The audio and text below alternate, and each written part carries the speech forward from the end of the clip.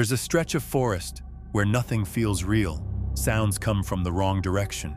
Trees seem to trade places, and time feels off, like minutes stretch into hours.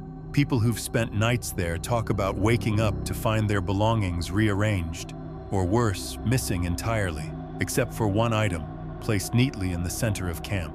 No animals are ever seen, but something big leaves prints too deep for any man to make. It doesn't make noise. It doesn't need to. By the time you notice it, you've already been chosen. Deep in the snow-blanketed wilderness near Kokolala, Idaho, the McAdams family had sought refuge from the digital world in December 2024. Their secluded cabin sat precariously on the edges of Ridgewood Flats, a stretch of state forest notorious for its impenetrable pine growth and complete lack of cellular connectivity. Jason McAdams, 39, had convinced his wife, Teresa, 37, that their children, Lily and Travis, needed a proper, technology-free Christmas. The cabin, purchased just months earlier, promised the perfect escape. The family arrived on December 23rd, their sport utility vehicle loaded with presents and holiday supplies. According to neighbors half a mile down the Forest Service Road, the McAdams had seemed cheerful, stopping briefly to exchange season's greetings before continuing to their destination. That evening, smoke had risen steadily from the cabin's chimney, visible against the darkening sky. Christmas Eve began peacefully. A light snow fell throughout the morning, coating the landscape in fresh powder. Twice that day, Jason ventured out for firewood, waving to a forest ranger passing by on routine patrol. Teresa had sent her sister photographs of gingerbread houses that the children had decorated, transmitted during a brief moment when her phone caught signal near the cabin's eastern window. Those images, time-stamped 4:17 p.m., would be the last communication from the family. According to meteorological records, a heavier snowfall began around 9:30 p.m., accompanied by dropping temperatures. The ranger who had passed earlier reported nothing unusual about the property, except for a peculiar silence. No Christmas music, no children's laughter, just the muted crackle of the fireplace visible through windows. By midnight, everything at the McAdams cabin had gone quiet. Neighbors later reported hearing something resembling a distant scream at approximately 12:32 a.m., followed by a thunderous crash that echoed through the forest. They had dismissed it as a tree branch collapsing under the weight of snow, a common occurrence in Ridgewood Flats during winter storms. The first indication of tragedy came when Jason failed to check in with his parents the following morning as promised. After several unanswered calls, his father contacted local authorities, who dispatched Deputy Connor Holbrook to perform a welfare check. What Holbrook discovered at 2:15 p.m. on Christmas Day defied explanation and would haunt him for years to come. The cabin's back entrance had been completely destroyed, not forced open with tools, but seemingly torn apart with tremendous force. Glass shards spread across the kitchen floor. Deep gouges, initially mistaken for axe marks, marred the walls throughout the living room. Blood had pooled near the fireplace, already congealing in the cold. The Christmas tree lay toppled, ornaments crushed beneath it, presents scattered and torn. Holbrook immediately called for backup. The ensuing search revealed the horrific extent of the tragedy. Jason's body was discovered 50 yards into the forest, his torso crushed and limbs bearing deep, claw-like lacerations inconsistent with any known predator in the region. 8-year-old Travis was found partially buried in snow near the woodpile, his small body broken but mercifully intact, suggesting he had attempted to hide before being discovered. Most disturbing to investigators were the tracks surrounding the property. Large, barefoot imprints measuring nearly 17 inches in length, with a stride pattern exceeding 7 feet. These impressions, though quickly dismissed in official reports, were photographed by 3 separate officers before the snowfall obscured them completely. The tracks led deeper into the forest, before disappearing at a rocky outcropping half a mile from the cabin. Despite an extensive search involving helicopters, tracking dogs, and over 40 volunteers, Teresa and 10-year-old Lily were never found. No blood trail led from the cabin, though fabric matching Lily's Christmas pajamas was discovered caught on branches nearly a quarter mile into the woods at a height of over 8 feet. County Sheriff Delbert Matson publicly attributed the attack to a particularly aggressive mountain lion, citing several recent sightings in adjacent counties. This explanation struggled to account for the devastation at the scene or the strange tracks. Regional wildlife experts, consulted privately, could not identify any known animal capable of such destruction. Rumors spread quickly through Kokalala. Elderly residents recalled stories of something massive that had stalked the forests of northern Idaho for generations. Park rangers, speaking under condition of anonymity, admitted they avoided certain sections of Ridgewood Flats, particularly during winter months. One ranger reportedly stated that whatever had attacked the McAdams family wasn't the first incident in the area, merely the most recent. The cabin remained a grim landmark for just 4 weeks before county officials ordered its demolition, citing structural damage. Critics suggested the hasty destruction served to eliminate lingering evidence that contradicted official explanations.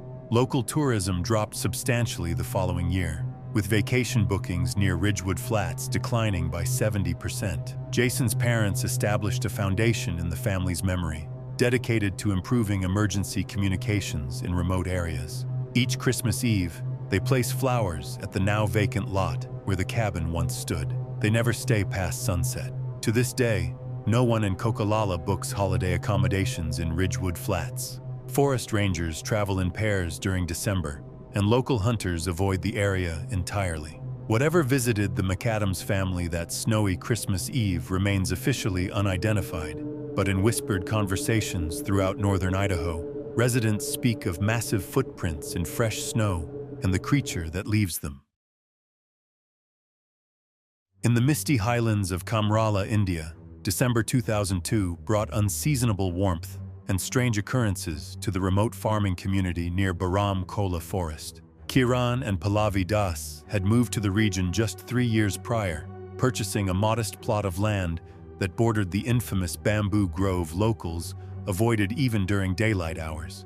The couple had been drawn to the fertile soil and reasonable price, dismissing the warnings from village elders about the ancient forest and its secrets.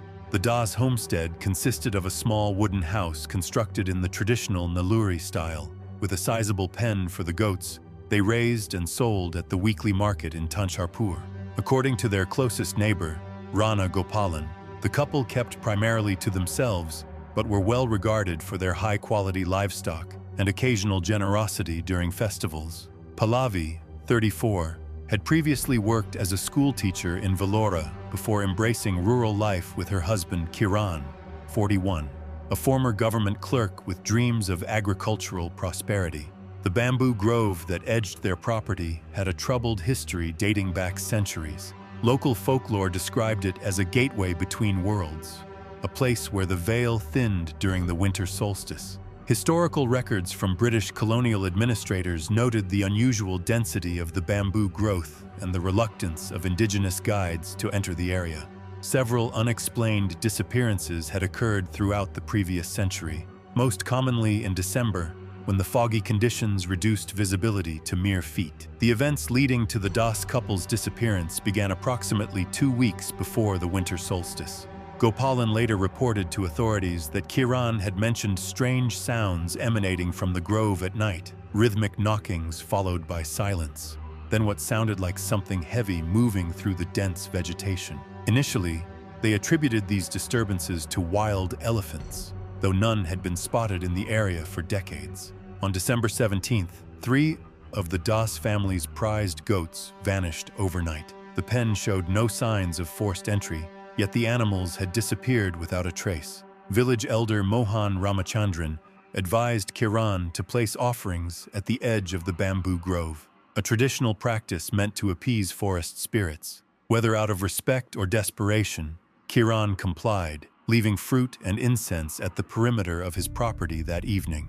The following morning, the offerings were gone, replaced by strange markings carved into the trunks of nearby trees. According to photographs taken by local police, these resembled no known script but appeared deliberate rather than random damage. That same day, Pallavi contacted her sister in Vellore, describing a tall figure she had glimpsed standing motionless among the bamboo stalks. The call ended abruptly when Pahlavi claimed the figure had moved closer to the house. This would be the last communication from either Kiran or Pahlavi Das. The night of December 19th brought heavy mist to the highlands, reducing visibility and muffling sounds. Gopalan reported hearing distant wailing that seemed to come from multiple directions simultaneously, followed by the frantic bleating of goats and what sounded like wood splintering. Concerned but unwilling to venture out in the dangerous conditions, he waited until morning before investigating. What he discovered prompted immediate notification of authorities. The Das home stood empty, its door hanging open but undamaged. Inside, furniture had been overturned and personal belongings were scattered across the floor. Most disturbing was the goat pen. The sturdy wooden structure had been demolished, with posts pulled from the ground and fencing torn apart. Blood smeared the dirt in long streaks leading toward the bamboo grove. Around the property, Gopalan found strange tracks, unusually long and wide footprints that resembled no animal known to inhabit the region. These tracks circled the house several times before disappearing into the bamboo. Police measurements later recorded these impressions at nearly 16 inches in length, with a distinctive arch and 5 toe-like indentations. The most chilling discovery came when officers spotted Pahlavi's distinctive red woolen scarf, snagged on a bamboo stalk, nearly 8 feet above ground level. Nearby trees bore deep scratches in their bark, some reaching heights of 7 to 8 feet. No human in the village stood taller than 6 feet, and the marks appeared to have been made by something with considerable strength, as chunks of bark had been completely torn away. Official investigations cited a leopard attack as the most plausible explanation, though wildlife experts consulted by authorities noted several inconsistencies. No known big cat in the region could account for the height of the markings or the complete absence of bodies. Predators typically killed prey on sight, rather than carrying away adult humans. Additionally, the tracks matched no known species and appeared humanoid rather than feline. Village elders refused to join search parties venturing beyond the edge of the bamboo grove. When pressed for explanation, Ramachandran reluctantly spoke of the Boro Aranya Manu, literally translated as man of the great forest, a creature said to emerge during the winter months to claim offerings or, failing that, take what it desired. Such tales were dismissed by authorities as superstition, yet no official search team penetrated more than 50 yards into the bamboo before turning back, citing impenetrable growth and disorienting conditions. The Das property remained abandoned after the investigation concluded. Attempts by distant relatives to sell the land found no interested buyers among locals. The goat pen was never rebuilt, and the wooden house gradually succumbed to the elements and encroaching vegetation. Today, the bamboo grove has expanded to reclaim much of the former homestead, erasing almost all evidence of human habitation. Each December, villagers in the region place offerings at the perimeter of the forest: fruit, incense, and occasionally strips of red cloth. No one approaches the former Das property, especially after dark, when the mist rolls in and strange knockings sometimes echo from deep within the ancient bamboo grove. In the remote Caldermore Highlands near the village of Glenbrae in Scotland, Christmas Eve of 1967 transformed from a night of youthful adventure into an enduring local tragedy. The rugged landscape surrounding Loch Darren had long harbored secrets, but none more disturbing than what transpired at Black Hollow Chapel that winter night. The abandoned stone structure, dating back to the 16th century, had stood empty since its sudden closure in 1938, its weathered walls gradually crumbling amidst the desolate glen. Historical records indicated the chapel had once served a thriving community of sheep farmers and their families. Its sudden abandonment following a series of unexplained livestock mutilations had sparked decades of speculation. According to parish archives, the final service had ended abruptly when several parishioners reported seeing something watching them through the chapel's narrow windows. Within a week, the building had been deconsecrated and sealed, its bell removed from the tower. Duncan Kerr, Fiona MacLeod, and Alistair Shaw, all 17 and restless in the small community, had grown up hearing whispered warnings about Black Hollow. The 3 childhood friends attended Glenbrae Secondary School, where their inseparable nature and academic promise had made them favorites among the faculty. Duncan, the tallest of the group, captained the local rugby team. Fiona excelled in sciences with ambitions of medical school in Edenloch. Alistair, quieter and more reserved, had recently won a regional poetry competition. On December 24th, the three teenagers met at the Glen Hart Inn, where their parents believed they would be attending the village's Christmas Eve celebration. Instead, according to later statements from other youths, they had spent weeks planning their overnight excursion to Black Hollow Chapel.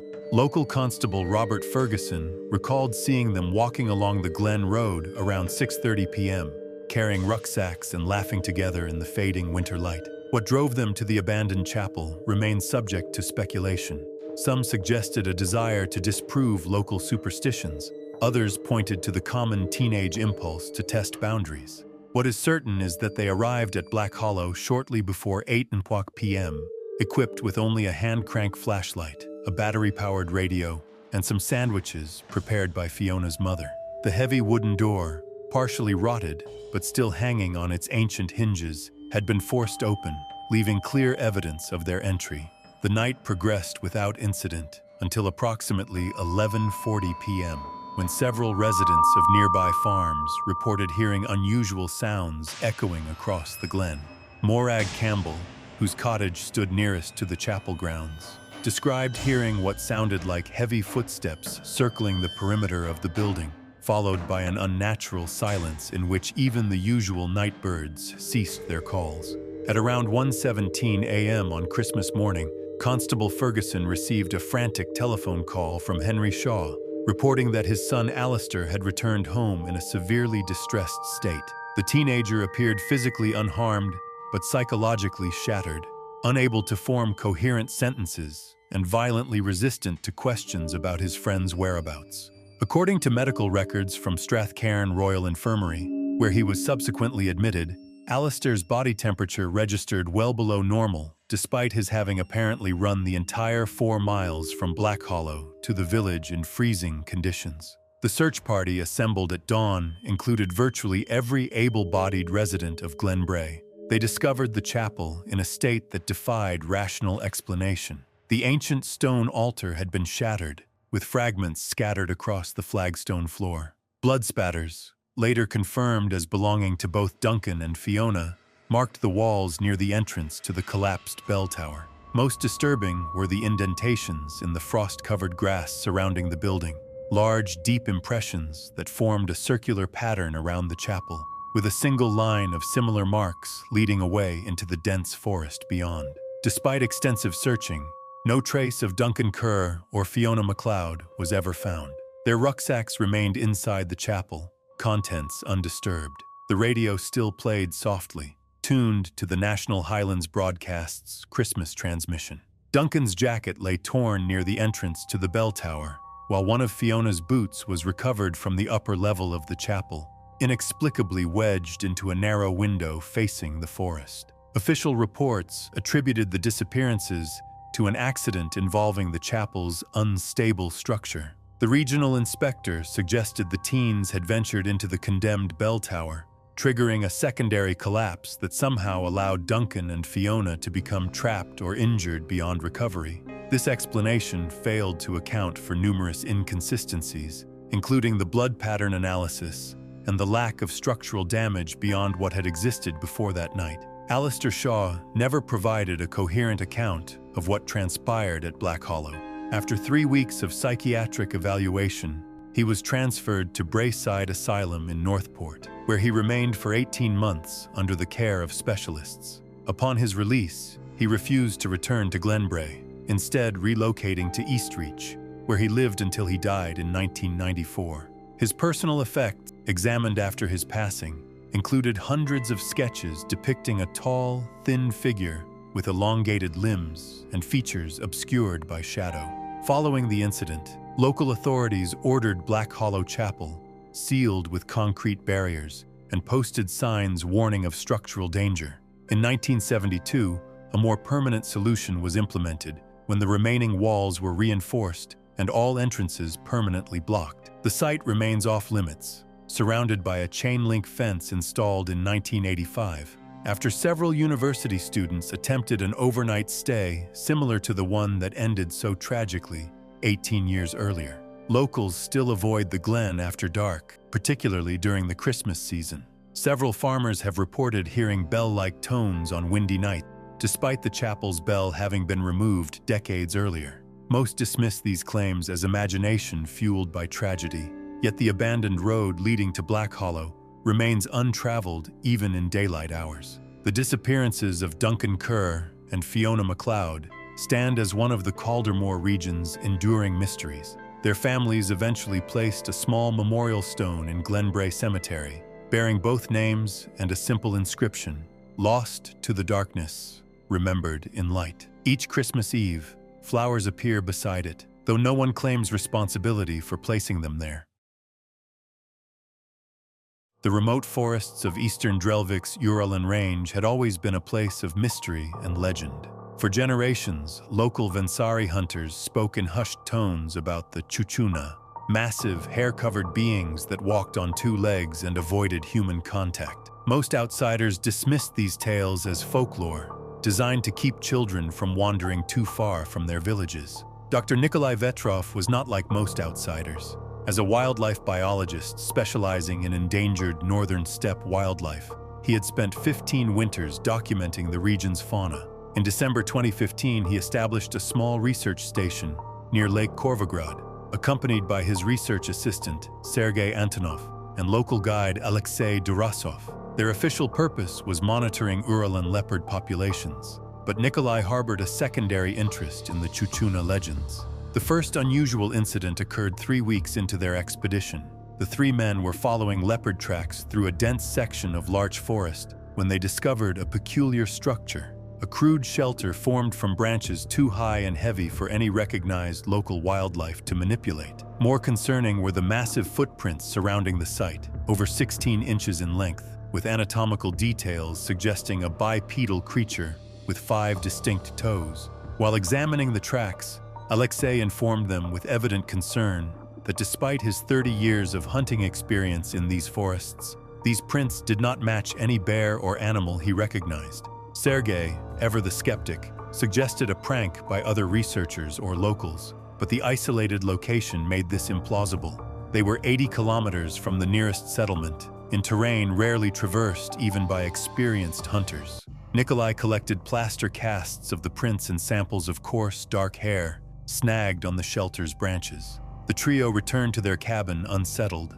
particularly when their satellite phone failed to connect with Nikolai's university colleagues. 2 days later, their physical tracking logs, positioned to monitor a leopard frequenting the area, revealed something unexpected. One logbook, carefully placed to record animal movements through baited corridors, was found missing several pages, torn from the binding, and discovered crumpled and damp behind a nearby tree. The disturbance coincided with heavy scuff marks and several freshly snapped saplings around the site. What truly disturbed them were the fresh footprints, identical to those at the shelter, but accompanied by what appeared to be deliberate markings scratched into nearby trees. Alexei insisted these were territorial warnings. Whatever made them clearly understood the purpose of their monitoring effort and had deliberately interfered. That night, as temperatures plunged to -38 degrees Celsius, the men awoke to heavy impacts against their cabin's outer walls. Something large circled their shelter, occasionally striking the structure with enough force to shake dust from the ceiling beams. The assault continued for nearly 40 minutes before abruptly ceasing. At first light, they discovered massive handprints in the frost, covering their windows. Several of their exterior supply caches had been methodically opened, with specific items, including salt, sugar, and a container of kerosene, removed. Most alarming was a crude symbol pressed into the frozen ground near their generator. 3 parallel lines intersected by a curved 4th line. Nikolai whispered that the creature was communicating as he quickly photographed the marking before it could be obscured by the gently falling snow. Sergei, no longer dismissive, suggested immediate evacuation. Alexei concurred, explaining that according to Vensari's belief, the Chuchuna became more territorial during winter months. They spent the morning securing essential equipment and preparing their snowmobiles for departure. They never made it back to civilization together. 20 kilometers into their journey, while traversing a narrow ravine, Alexei's snowmobile suddenly failed. As Nikolai and Sergei circled back to assist, a powerful impact from above sent an avalanche of snow cascading onto the trail, completely burying Alexei and his vehicle. While frantically digging toward their companion, both men became aware of movement on the ridge above, a massive, dark silhouette moving with surprising grace despite its bulk. Sergei raised his emergency flare gun and fired. The red illumination briefly revealed a tall, heavily built figure covered in dark hair before it retreated into the tree line. They managed to uncover Alexei, unconscious but alive, with a severe concussion. The damaged snowmobile was beyond repair. With nightfall approaching and temperatures dropping, they constructed an emergency shelter and built a fire, taking turns standing watch. Shortly before dawn, Nikolai, exhausted from his watch, momentarily dozed. He awoke to Sergei's scream, just in time to see his assistant being dragged from the shelter by something powerful enough to lift the young man completely off the ground. By the time Nikolai grabbed his rifle and followed, Sergei had vanished, leaving only a chaotic trail of footprints, some human, some decidedly not, leading into the dark forest. Nikolai managed to get Alexei to a small hunting outpost 2 days later. Regional authorities mounted a search for Sergei, but found nothing beyond scattered equipment and a single boot containing partial foot remains, which they attributed to wolf predation. The scientific samples Nikolai had collected, the plaster casts, hair specimens, and field drawings, disappeared from police evidence storage during transfer to the regional laboratory. Officials concluded that Sergei had likely become disoriented in the extreme conditions and had been attacked by wolves or bears, despite these animals rarely being active during deep winter. Nikolai never returned to academia. After recovering, Alexei refused to guide expeditions into that particular region again. The Vensari hunters continued to warn visitors about certain valleys in the Uralin range, places where even experienced outdoorsmen feel watched from the shadows of ancient trees, where strange structures occasionally appear overnight, and where footprints too large to belong to any recognized species mark the pristine snow. Regional wildlife authorities maintain there is no evidence of unknown primates in the Drelvik wilderness. They attribute the persistence of such legends to the extreme isolation and psychological stress experienced by those who venture too deeply into one of Earth's last true wildernesses. In Canada's Northern Reach territory, December 21st, 2010, marked the winter solstice, the shortest day of the year in a region already accustomed to extended darkness. For the drivers servicing remote communities via temporary ice roads, this meant navigating treacherous conditions with minimal daylight. Bearjaw Trail, a notorious 217-kilometer stretch connecting Port Kershaw to the isolated Black Pine First Nation settlement, had earned its reputation as one of the most dangerous winter routes in North America. Carved across frozen lakes and through dense pine forest, the road existed only during the coldest months, when temperatures regularly plummeted below 30 degrees. Tommy Lockwood, 43, and Deshaun Carter, 37, had driven the Bearjaw route together for 3 consecutive seasons. Both men worked for Polar Haul Logistics, a company specializing in delivering essential goods to communities unreachable by conventional means. Their truck, a modified Kenworth Ice Road hauler, carried 26 fuel drums destined for Black Pine's power generation facility, a critical delivery before the holiday season. According to dispatch records from Polar Haul headquarters in Coldbridge, Lockwood and Carter departed Port Kershaw at 5:47 a.m., well before dawn. The weather forecast predicted clear conditions until early afternoon, followed by a moderate snowstorm approaching from the northwest. Experience had taught both men to maintain a steady pace of approximately 25 kilometers per hour on the ice portions of the route, slowing to 15 kilometers per hour through forested sections where visibility decreased and road quality deteriorated. By 3:15 p.m., the sun had already begun its premature descent, casting long shadows across the frozen landscape. The temperature gauge on the truck's dashboard registered 34 degrees Celsius, with wind chill pushing the effective temperature even lower. The drivers had reached mile marker 114, a particularly isolated stretch passing through what local indigenous communities called Nanusha Forest, a name that roughly translated to place of large shadows. The road narrowed considerably here, with ancient pines crowding close to the packed snow trail on both sides. Radio logs recovered from the truck's communication system indicated normal operations until 3:36 p.m., when Deshaun Carter reported noticing a loose restraint strap on the port side fuel containers.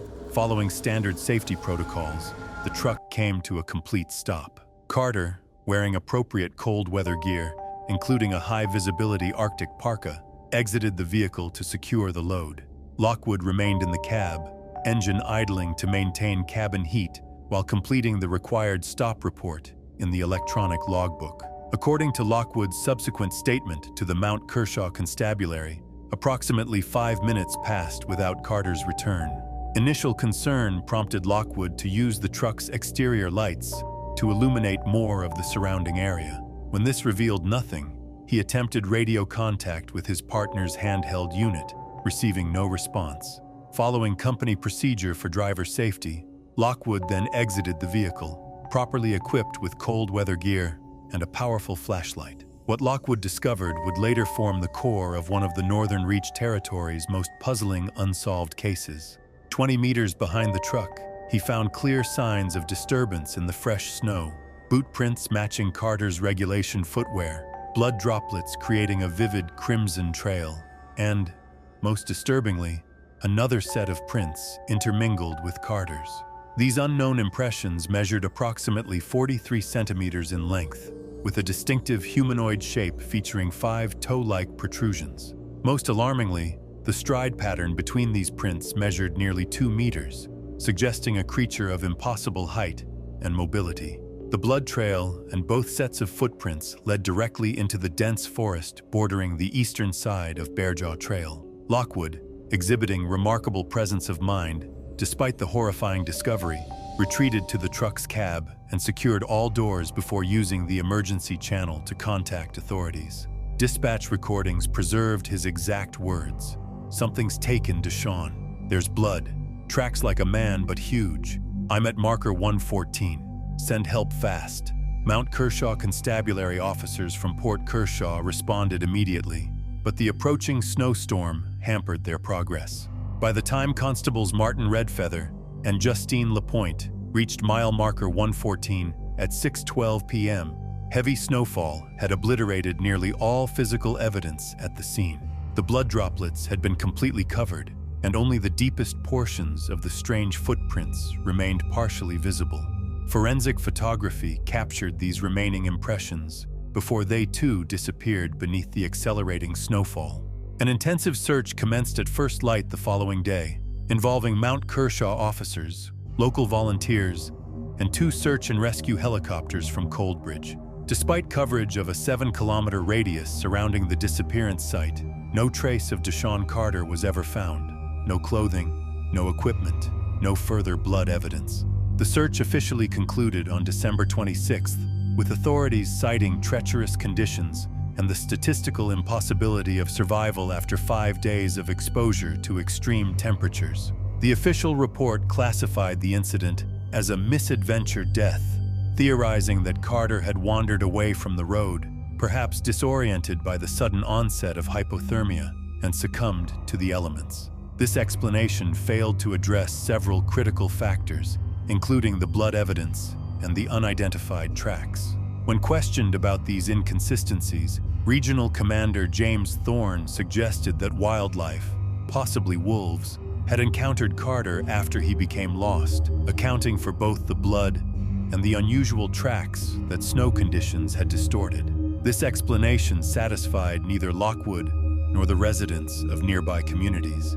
Elders from Black Pine First Nation pointed to generations of warnings about traveling through Nanusha Forest during the winter solstice. According to traditional knowledge preserved in oral histories, something had inhabited those woods long before European settlement, something that walked upright but was not human. Historical records revealed that throughout the 1980s, at least 3 other disappearances had occurred along the same stretch of seasonal road, all during December, all involving lone individuals who had exited their vehicles. Tommy Lockwood delivered the fuel drums to Blackpine the following day, accompanied by a Mount Kershaw escort, completing the contractual obligation to the community. Upon returning to Coldbridge, he submitted his resignation to Polar Haul Logistics, effective immediately.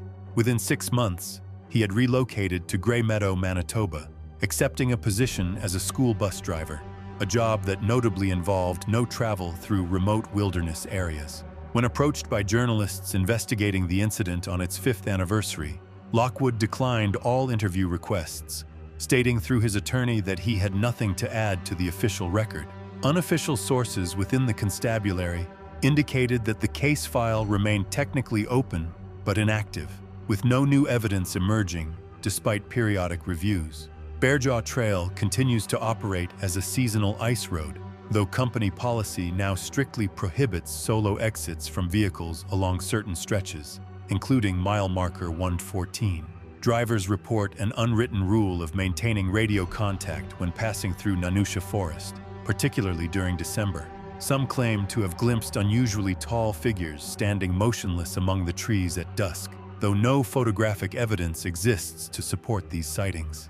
In Blackpine First Nation, elders still teach younger generations to respect the forest and its oldest inhabitant, a being they call simply the Long Walker, who claims those who travel alone when the daylight grows shortest and the shadows reach their longest across Bearjaw Trail. In the remote Cernașe highlands of Dolna, part of Romania, 3 brothers ventured into a mysterious forest on Christmas Day, 1981. Adrian, Mihai, and Ionut Stoica had been raised on the traditions of their ancestors, including the annual holiday hunt in the area locals called Valea Mute, the Valley of the Mute. The nickname stemmed from the unnatural silence that pervaded the thick alpine terrain, where even bird songs seemed muted by some unseen force. The Stoica family had lived in the nearby village of Brădești de Jos for generations, respected as skilled hunters and woodsmen who knew the mountains better than anyone. Adrian, the eldest at 32, had organized this year's expedition despite recent warnings from elderly villagers about strange tracks found in the higher elevations. Mihai, 28, brought his new hunting rifle, a prized possession purchased after months of saving. Ionut, just 24 and recently returned from military service, had initially hesitated but ultimately joined his brothers to maintain the family tradition. That winter had been particularly harsh, with snow accumulating to record depths and temperatures plummeting well below freezing. The brothers departed before dawn, their breath materializing as thick clouds in the frigid morning air. According to accounts from the village baker who supplied their journey provisions, the men appeared confident, joking about who would claim the first boar of the day. Valea Mute had always been considered different from other forests in the region. Historical records dating back to the old kingdom of Dragovica contained references to strange disappearances in the area. Local folklore warned of an ancient presence, something the older generation called the Uriash din Pădure, the giant of the forest, said to emerge during the coldest months when food grew scarce in the higher elevations. The brothers followed a familiar hunting trail, reaching their usual spot near a rocky outcropping by mid-morning. According to later forensic analysis, they had successfully tracked and shot a wild boar around noon, as evidenced by blood trails and butchering marks found at their campsite. The day proceeded normally until approximately 3:30 p.m., when something went catastrophically wrong. Village records noted that around dusk, several residents heard distant gunshots, followed by what they described as an inhuman howl echoing across the valley. Some claimed the sound resembled neither wolf nor bear, but something deeper and more guttural. Most dismissed it as the wind moving through the mountain passes, a common acoustic phenomenon in winter. By dawn the next day, only one Stoica brother would be seen again. Ionut stumbled into the village square shortly after sunrise, barefoot despite the freezing temperatures, his hunting clothes torn and bloodied. The local doctor, Konstantin Moldovan, found no significant injuries on Ionut's body, but noted extreme psychological trauma. The young man remained incoherent for nearly 3 days, suffering from severe hypothermia and what modern medicine would likely diagnose as acute stress disorder. When Ionut finally spoke, his account horrified even the most skeptical villagers. According to his testimony, preserved in local police records, something had stalked the brothers through the afternoon. First came the sensation of being watched, then strange knockings from the trees surrounding their position. As darkness approached, they decided to return home early, abandoning the remainder of their hunt. The attack came swiftly. Ionut described a massive, hair-covered figure that moved with impossible speed through the trees. Mihai was yanked upward into the branches before he could cry out. Adrian raised his rifle, but never fired. The creature moved too quickly, seizing him by the shoulders and dragging him into the darkness. Ionut survived only by falling into a ravine, where he lay hidden until morning. Listening to sounds he refused to describe even decades later. Authorities mounted a search operation the following day. They discovered the brothers' campsite in disarray, with equipment scattered across blood-soaked snow.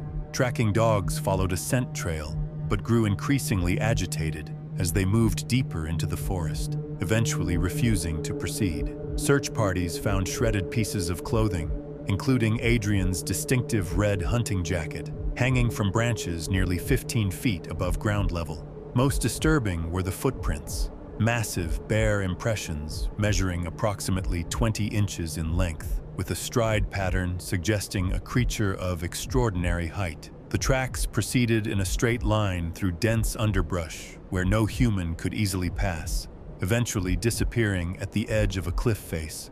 Official reports attributed the incident to a bear attack, despite the winter hibernation season and the inconsistency with known bear behavior. Local rangers suggested that perhaps an unusually large, possibly rabid wolf might explain some aspects of the tragedy. Neither theory adequately addressed the strange tracks or the height at which the evidence was discovered. The bodies of Adrian and Mihai Stoica were never recovered despite extensive searches throughout the spring. Ionut relocated to Germany within 6 months, reportedly refusing to speak of the incident again. Before leaving, he donated his family's hunting equipment to the village church with the stipulation that no one should ever hunt in Valea Mute again. In the decades since, the area has been largely avoided by locals, particularly during winter months.